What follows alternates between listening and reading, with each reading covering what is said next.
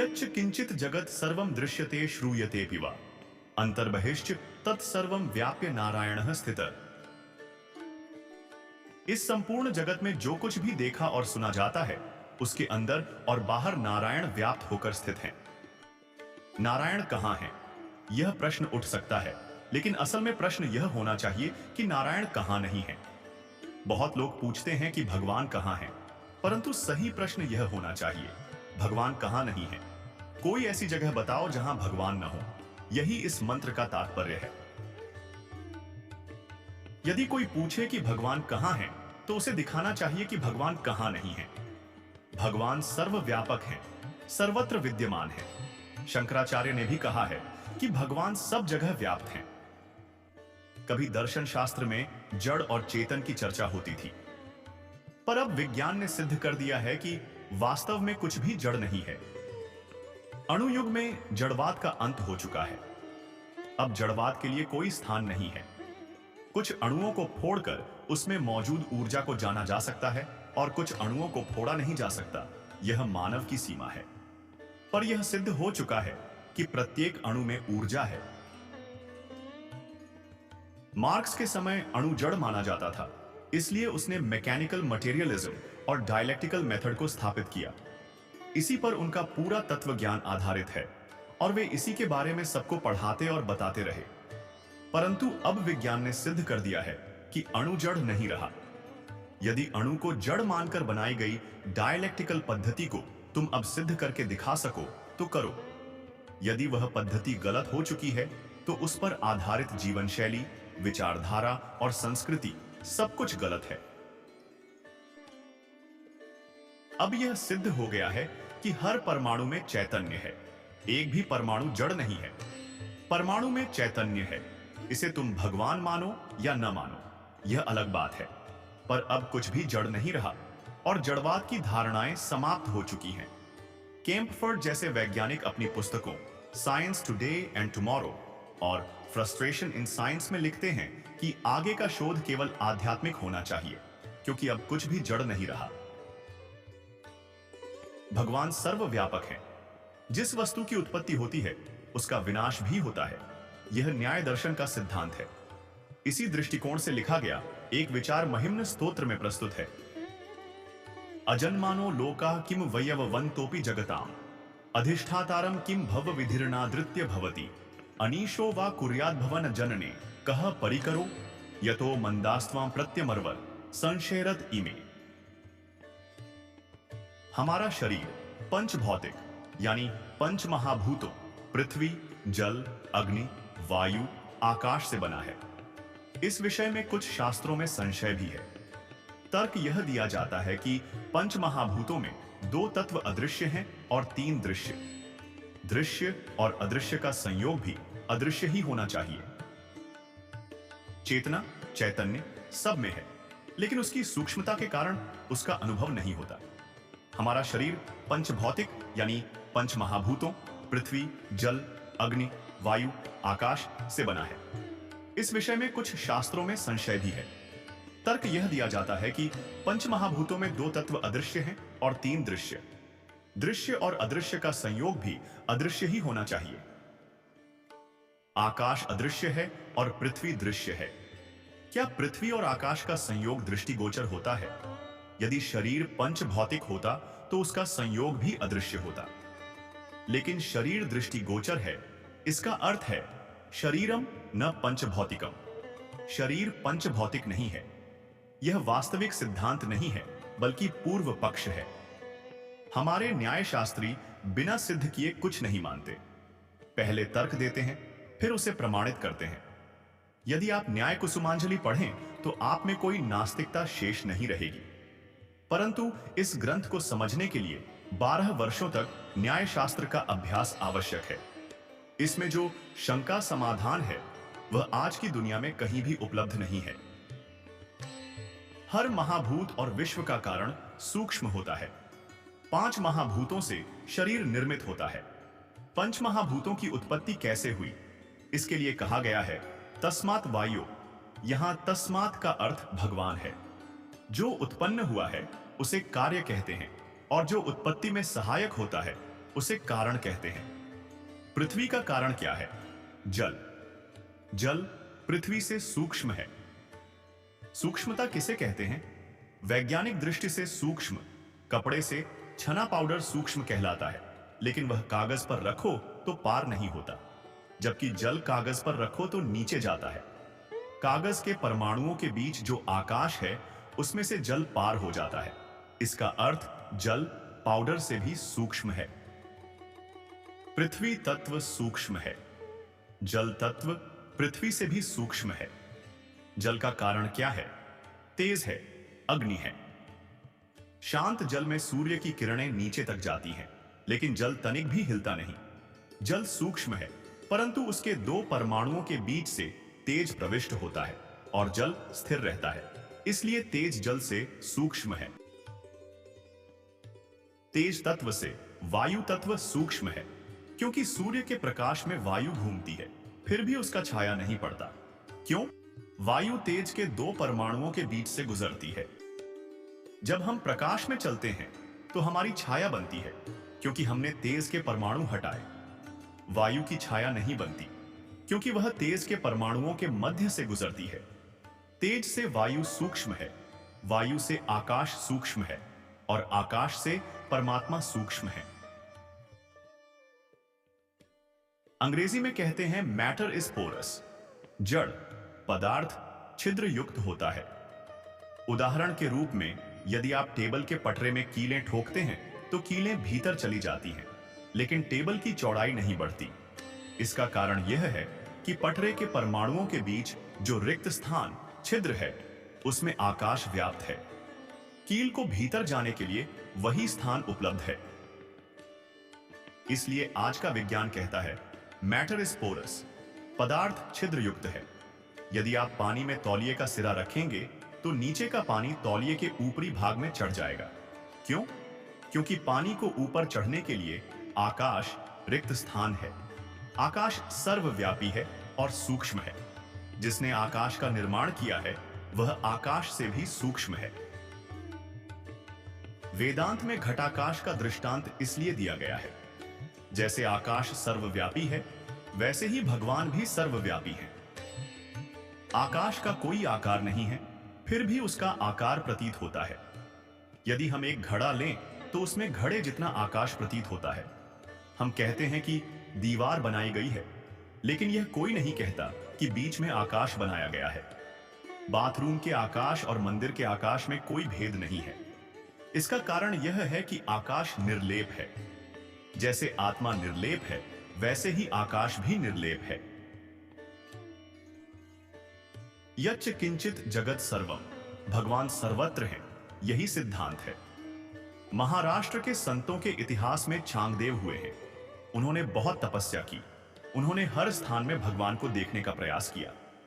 चांगदेव तप करके इतने समर्थ बन गए कि उन्होंने बाघ पर सवारी की और हाथ में नाक पकड़कर अपनी शक्ति का प्रदर्शन करने ज्ञानेश्वर के पास गए। चांगदेव के मन में यह भाव था कि वे ज्ञानेश्वर से अधिक तपस्वी और ज्ञानी हैं। मैंने बाघ में भी भगवत तत्व देखा। बाघ से मेरा आत्मा एक हो गया। यह दिखाने के लिए ही चांगदेव वहां गए थे। मन में यह भी था कि अपनी सिद्धि देखकर ज्ञानेश्वर का घमंड उतर जाएगा। पंडितों का स्वभाव ऐसा ही होता है। एक पंडित दूसरे पंडित से मिले तो उसकी परीक्षा करता है। हमारे पुराने पंडितों में यह परंपरा थी। आधुनिक पंडितों में ऐसा नहीं है। एक पढ़ा लिखा व्यक्ति दूसरे पढ़े लिखे से प्रश्न नहीं पूछेगा, लेकिन एक शास्त्री दूसरे शास्त्री से अवश्य प्रश्न पूछेगा। वे एक दूसरे की परीक्षा लेते हैं। पंडितों में यह विशेषता होती थी। ज्ञानेश्वर ने दूर से ही यह देख लिया और समझ गए कि चांगदेव क्यों आ रहे हैं। ज्ञानेश्वर ओटले चबूतरे पर बैठे थे। पास में उनकी बहन मुक्ताबाई बैठी थी।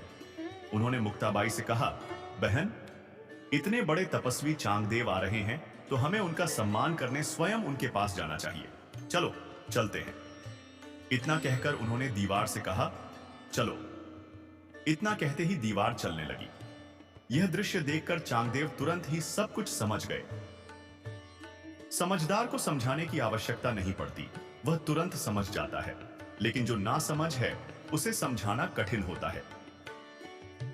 भारत में बहुत बड़े लोगों ने विज्ञान और अध्यात्म का परिसंवाद रखा था। मैं उसमें गया था। मैंने उनसे कहा कि विज्ञान में अध्यात्म को ले जाना आसान है, क्योंकि विज्ञान के लोग बुद्धिमान हैं, समझदार हैं। समझदार को समझाना आसान बात है, लेकिन अध्यात्म में विज्ञान को ले जाना कोई नहीं कर सकता। हड्डियों का खाद बनाओ तो अध्यात्म में विज्ञान जाए। अंधविश्वास से भरा हुआ अध्यात्म है, उसमें विज्ञान कैसे जाए? चांगदेव समझदार थे, इसलिए समझ गए। चांगदेव को समझ आया कि मैं केवल चेतन प्राणियों में भगवान को देखता हूं। चेतन प्राणियों के साथ मैंने एकता साधी है। चेतन प्राणी भले ही क्रूर हों, लेकिन उनमें मैं भगवान देखता हूं। लेकिन ज्ञानेश्वर तो जड़ में भी चैतन्य देखते हैं। ज्ञानेश्वर ने दीवार चलाई। यह कोई जादू नहीं था, चमत्कार भी नहीं था, यह विज्ञान का एक हिस्सा था। चैतन्य सर्वव्यापी है। दीवार में लिंग देह डालने के बाद वह चलने लगी। हम अभी यहां बैठे हैं, दूर का आवाज यहां भी मौजूद है, लेकिन हमें सुनाई नहीं देता। पर अगर आप यहां रेडियो रख दें तो आवाज पकड़ी जाएगी और आप सुन पाएंगे। इसी प्रकार जिसे आप जड़ कहते हैं, उसमें यदि लिंग देह डाल दें तो वह जड़ वस्तु भी चलने लगेगी। जड़ में भी चेतना है, इसलिए हम उसे पूर्णतया जड़ नहीं मानते, केवल उसमें से लिंग देह निकल गया है। फिर ज्ञानेश्वर ने क्या किया? उन्होंने यौगिक क्रियाएं की, अपना लिंग देह व्यापक किया और दीवार में ले गए, जिससे दीवार भी चलने लगी। यह देखकर चांगदेव विनम्र हो गए। बाघ पर सवारी करके नीचे उतरकर उन्होंने ज्ञानेश्वर के चरण पकड़ लिए। उन्होंने ज्ञानेश्वर से कहा, मुझे बड़ा तपस्वी होने का गर्व था, पर अब मुझे समझ आया कि आप मुझसे भी बड़े तपस्वी हैं, महान ज्ञानी हैं। आप परम तत्व, ईश तत्व को पहचानते हैं, इसलिए मैं आपको नमन करता हूं। इसके बाद घर जाकर ज्ञानेश्वर का शिष्यत्व स्वीकार करने के लिए कागज पर लिखने बैठे। वर्षों तक तपस्या करने वाले भी अहंकार को त्याग सकते हैं। मन में उन्होंने सोचा, ज्ञानेश्वर को लिखूं कि आप मेरे गुरु स्थान हैं, आप जैसा कहें करने के लिए मैं तैयार हूं। कागज लिखते समय शुरुआत में संबोधन तो लिखना चाहिए, इसलिए उन्होंने विचार किया कि ज्ञानेश्वर आयु में छोटे हैं तो चिरंजीवी लिखूं, या वे ज्ञान में बड़े हैं तो तीर्थ रूप लिखूं। समझदार बुद्धिमान व्यक्ति शब्दों का दुरुपयोग नहीं करता। हम तो पूज्य मासा और पूज्य मासी लिख देते हैं। इन शब्दों में क्या पूज्यत्व है? चांगदेव को संदेह हुआ कि संबोधन क्या करूं, चिरंजीवी लिखूं? बड़ा छोटे को चिरंजीवी लिखता है। उन्होंने सोचा, चिरंजीवी भी कैसे लिखूं? ज्ञानेश्वर ज्ञान में बड़े हैं, बड़े को तीर्थ रूप लिखा जाता है। तीर्थ रूप लिखूं तो उम्र में छोटे हैं, तो क्या करूं? आखिरकार उन्होंने पत्र में कुछ नहीं लिखा और कोरा कागज भेज दिया। ज्ञानेश्वर को चांगदेव का कोरा कागज मिला। उसे देखकर मुक्ताबाई और छोटे भाइयों ने मजाक करना शुरू किया कि इतनी तपस्या करने के बाद भी चांगदेव कागज तक नहीं लिख सके, इसलिए कोरा कागज भेज दिया। ज्ञानेश्वर समझदार थे तो समझ गए। उन्होंने कहा, चांगदेव की स्लेट कोरी हो गई है, उस पर कुछ भी लिखा जा सकता है। जो कोरा हो उस पर कुछ लिखा जा सकता है। हम कोरे नहीं हैं, कुछ कचरा लेकर आए हैं। चाहे जितने साल सुने, हमारा कचरा निकलने वाला नहीं है। सात्विक विचार, सात्विक कृत्यों से संबंध ही न हुआ हो तो 2-5 जन्मों तक भी कचरा नहीं जाता। मुंबई शहर में आया था, तब कचरे के ढेर देखे। मैंने पूछा, कचरे के ढेर क्यों जमा हो गए हैं? तो किसी ने कहा कि अभी झाड़ू वालों की हड़ताल है। वैसे ही 2-5 जन्मों तक सद्विचार और सत्कृतियों की हड़ताल हो तो कचरा ढेर बन ही जाता है। कचरा जमा हो गया तो दुर्गंध ही दुर्गंध आएगी। कोरे कागज मिलने के बाद ज्ञानेश्वर ने उस पर 65 श्लोक लिखकर चांगदेव को भेज दिए। उसे चांगदेव 65 कहते हैं। उसमें सारा तत्व ज्ञान समाया हुआ है। जड़ में भी चेतन है। जिसे तू जड़ समझता है वह जड़ नहीं है, उसमें भी प्रभु है। गीता में लिखा है, मैया सक्तम नाह पार्थ। संदेह जाना चाहिए और समग्रता से ज्ञान होना चाहिए। भगवान का साक्षात्कार हो जाए तो भी यह नहीं कहा जा सकता कि समग्र ज्ञान हो गया। मनुष्याणाम सहस्त्रेषु एकाध भक्त को भगवान के दर्शन हुए तो क्या उसे पूर्ण ज्ञान हो गया? नहीं। महाराष्ट्र में नामदेव नाम के संत हुए। नामदेव जब छोटे थे तभी से भगवान उनकी सहायता करते थे। ऐसा वर्णन है कि नामदेव भगवान को नैवेद्य चढ़ाते और भगवान उसे ग्रहण करते। नामदेव जब कीर्तन करते थे तो उनके सामने कोई छगन मगन नहीं, बल्कि साक्षात भगवान नाचते थे। ऐसा कहा जाता है, नामदेव कीर्तन करी पुढ़े देव, नाचे पांडुरंग। इसका कारण यह था कि नामदेव भगवान के लिए कीर्तन करते थे, लोगों के लिए नहीं। वे कीर्तन भगवान को सुनाते थे, लोगों को उसमें से सुनना हो तो सुन ले। नामदेव को भगवान रोज अलग अलग रूपों में दिखाई देते थे। नामदेव की इतनी योग्यता थी। गोरा कुंभार भी संत थे। भक्तों में जात पात कुछ नहीं बाधा डालती। धार्मिकता से आगे भक्ति है, उसमें भेदभाव नहीं रहता। भक्ति में कोई मुसलमान, ईसाई, पारसी या हिंदू नहीं होता। मनुष्य जब जन्मा तो क्या चोटी लेकर जन्मा था? आसपास के लोगों ने उसे चोटी रखवाकर कहा कि तू ब्राह्मण है। इसका मतलब यह नहीं कि धर्म को फेंक देना चाहिए। धर्म से आगे की सीढ़ी भक्ति की है। एक दिन गोरा कुंभार के यहां इन सभी महापुरुषों ज्ञानेश्वर, निवृत्ति, सोपान, मुक्ताबाई, नामदेव आदि का मिलन था। उनका समारोह चल रहा था। समान शीलेषु व्यसनेषु सख्यम। सभी भाव प्रधान, तत्वनिष्ठ, ध्येयनिष्ठ लोग एकत्र हुए थे। ध्येय के लिए सर्वस्व समर्पित करने वाले लोग थे। ऐसे लोग एकत्र होकर बातें करते हो तो उसे सुनकर आनंद आता है। सुबह ज्ञानेश्वर अमृतानुभव पर प्रवचन कर रहे थे और सुनने वाले भी अधिकारी थे। आंखों और कानों में प्राण लाकर वे सुनते थे। आज हम कथा कीर्तन सुनने जाते हैं, वहां हमारे कान तो होते हैं, लेकिन मन हृदय घर पहुंच गया होता है। लोग कहते हैं, फलानी जगह पर सुनने वालों की कितनी भीड़ थी। वक्ता बोलना कब खत्म करे, इसकी सब राह देखते हैं। वक्ता अवच्छेदवाद पर बोल रहा हो और श्रोता की आंखों के सामने ढोकले आ रहे हो। इसका कारण यह होता है कि घर से निकलते वक्त घरवाली ने कहा हो कि जल्दी आना, आज ढोकले बनाए हैं, देर करोगे तो ठंडे हो जाएंगे। इसलिए सुनते वक्त भी घर याद आता रहता है। सुबह के प्रहर में ज्ञानेश्वर का प्रवचन सभी सुनते थे, जबकि रात में नामदेव का कीर्तन सुनते थे। भगवान भी उनके कीर्तन में आते थे। यह इन महापुरुषों, महावैष्णवों, महानुभावों का मिलन था। सभी शांति से बैठे थे। मुक्ताबाई को लकड़ी का एक टुकड़ा मिला। उसने गोरा कुंभार से पूछा, गोरा काका, यह क्या है? तो गोरा कुंभार ने कहा, मैं मटके बनाकर भट्ठी में रखता हूं। भट्ठी से मटका निकालकर उस पर मारता हूं तो आवाज से पता चलता है कि मटका कच्चा है या पक्का। मुक्ताबाई खुश हो गई और बोली, गोरा काका, यहां इतने मटके हैं, क्या मैं देखूं कि वे कच्चे हैं या पक्के? गोरा कुंभार खुद तो किसी का मटका कच्चा या पक्का नहीं कह सकते थे। इसका कारण यह था कि वे खुद यजमान थे। उन्होंने ज्ञानेश्वर की ओर इशारा करके उनसे पूछने को कहा। मुक्ताबाई ने पूछा तो सहमति मिली। फिर मुक्ताबाई ने उसी से शुरुआत की। जब वह नामदेव के पास गई तो नामदेव ने उसका हाथ पकड़ लिया और कहा, यह क्या बच्चों जैसा व्यवहार चल रहा है? इतना सुनते ही मुक्ताबाई चिल्लाई, मटका कच्चा है, कच्चा। नामदेव को लगा कि मेरा कीर्तन सुनने साक्षात भगवान आते हैं, फिर भी मेरा मटका कच्चा। वे गुस्से में आ गए। उस समय के पहले नंबर के ज्ञानी, साक्षात्कारी महापुरुष कोई होंगे तो ज्ञानेश्वर। इसलिए नामदेव ने ज्ञानेश्वर से पूछा, यह लड़की जो बोल रही है, क्या वह सच है? ज्ञानेश्वर ने कहा, शायद यह सच भी हो सकता है। ज्ञानेश्वर ने ऐसा जवाब दिया तो नामदेव को लगा कि यह तो सुप्रीम कोर्ट है, उनके आगे अपना कुछ नहीं चलेगा। अब मुझे भगवान के पास ही जाना चाहिए। यह घटना तेरे ढोकी में हुई। वहां से पंढरपुर 13-14 मील दूर है। नामदेव वहां से निकल पड़े और पंढरपुर पहुंच गए।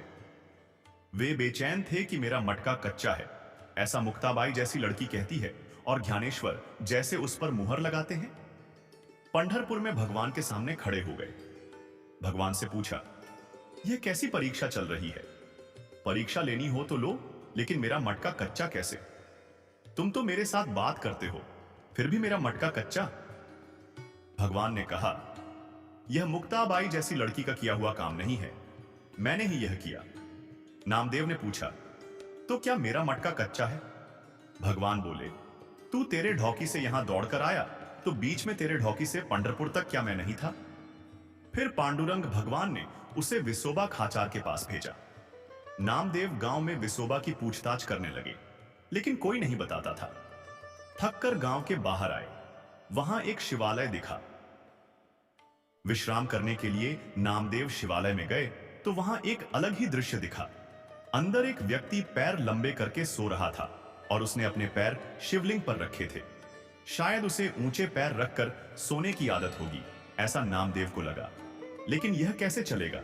उन्होंने कहा, भाई, तुझे कुछ पता भी है? तू शिवलिंग पर पैर रखकर सो गया है। तू आस्तिक है या नास्तिक? उस व्यक्ति ने जवाब दिया, मैं कौन हूं, यही मुझे शंका है। मैंने बहुत सोचा, लेकिन अभी तक मुझे नहीं पता कि मैं कौन हूं। तुझे पता हो तो तू ही मुझे बता। नामदेव बोले, तू जो भी हो, लेकिन शिवलिंग पर पैर रखे हैं उसे तो हटा ले। यह तो भगवान का अपमान है। मुझसे यह सहन नहीं होता। वह बोला, तेरी बात सही है, लेकिन मैं बहुत बूढ़ा हो गया हूं, इसलिए तू ही मेरे पैर हटा दे। नामदेव ने उसके पैर पकड़े, उठाए और दूसरी तरफ रखने की कोशिश की। जहां जहां पैर रखने गए वहां वहां नीचे शिवलिंग दिखाई दिया। नामदेव सोच में पड़ गए। अब क्या करें, यह समझ नहीं आया। फिर विसोबा ने कहा, मैं ही विसोबा हूं। सर्वत्र भगवान है, यही सच्चा ज्ञान है। भगवान सर्वत्र है, यह ज्ञान होना चाहिए। इसमें नामदेव की मजाक उड़ाने का हमें न अधिकार है, न ही हैसियत। सर्वत्र भगवान है, यह समझ पैदा करने के लिए यह दृष्टांत है। यह ज्ञान प्राप्त करना हो तो हमारे अंदर बदलाव होना चाहिए, तभी सर्वत्र भगवान है ऐसा ज्ञान होगा। अंदर सब कुछ कैसे बदले, इसके बारे में सोचना पड़ेगा। सर्वत्र भगवान है ऐसी कविता हम सुनते हैं, लेकिन ऐसी समझ पैदा करने के लिए साधना करनी पड़ेगी। सर्वत्र भगवान है, यह साधारण मनुष्य को कहने की क्या जरूरत है? हमारे जीवन को कोई मोड़ मिले, इसके लिए इसकी जरूरत है। इसके बारे में सोचेंगे।